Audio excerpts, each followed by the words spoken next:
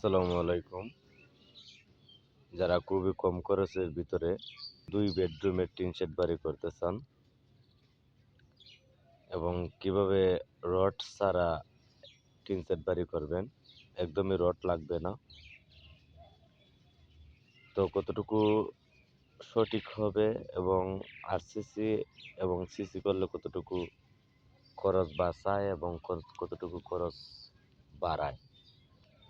এখানে দেখেন রড ছাড়া ইট বালি সিমেন্ট দিয়ে ব্রিক পিলারের উপরে কিন্তু ওই বাড়িটির কাজ করা হইতেছে।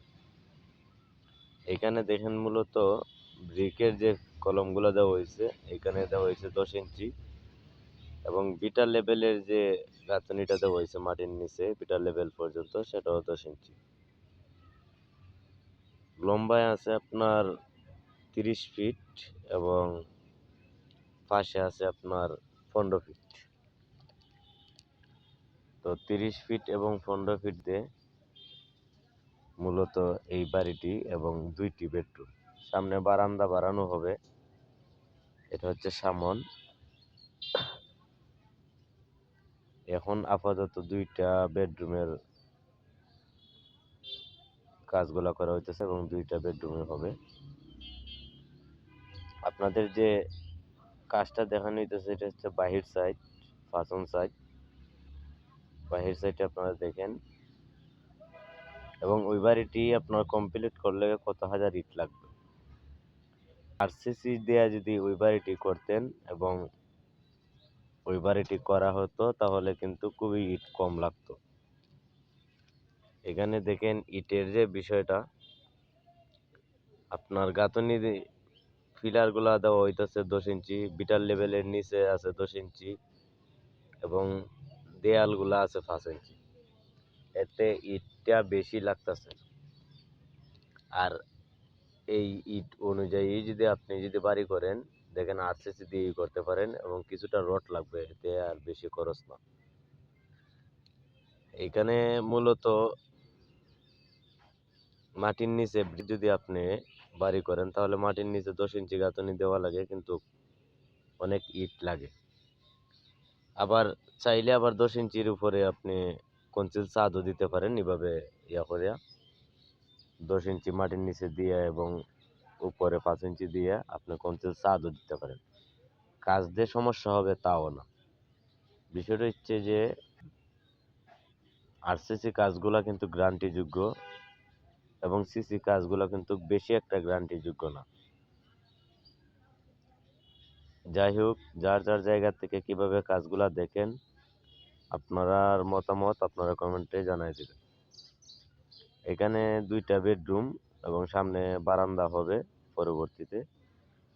এইখানে 7 ফিট লেভেল পর্যন্ত গাঁথনি করা হয়েছে এবং 7 ফিট লেভেল পর্যন্ত গাঁথনি করতে বিটার নিচ পর্যন্ত আপনার 6000 ইটের প্রয়োজন হয়েছে। বাকি আরো 1000, 1200 এবং 1500 ইট লাগতে পারে। তো মোটামুটি প্রায় 7 থেকে 7500 ইট লাগবে ওই বাড়িটি কমপ্লিট করতে, শুধু ইটের পিলার দিয়ে, ইটের কলম দিয়ে, ইটের গাঁথনি দিয়ে। তো যারা ওই ধরনের বাড়ি খুবই কম খরচের ভিতরে করতে চান, ওইভাবে বাড়ি যদি আপনি করেন তাহলে আপনার খরচটা কম আসতে পারে। যেমন আপনার শুধু খালি ইটেরই টাকাটা আসবে এবং মিস্ত্রি মজুরিটা আসবে। আর 7 ফিট লেভেলে বেশি একটা রড লাগবে না। আপনার জায়গা এবং আপনার ঘর অনুযায়ী 7 ফিট লেভেলে 5 ইঞ্চি বাই 5 ইঞ্চি লিংটন দিতে যা রড লাগে এতটুকু রড লাগবে, এর বাইরে কোনো রড লাগবে না আপনার। এটা হচ্ছে আপনার সামন সাইড। সামন সাইডে আপনার 2 সাইডে 2 রুমের জন্য 2টি দরজা দেওয়া হয়েছে এবং মধ্যে আরেকটি দরজা আছে এবং সামনে যে ব্রিক পিলারটা দেখতে পাচ্ছেন সেটা হচ্ছে আপনার 15 ইঞ্চি। যেহেতু দরজা বসবে এবং মেইন গেটও বসতে পারে, এই জন্য 15 ইঞ্চি করে দেওয়া হয়েছে।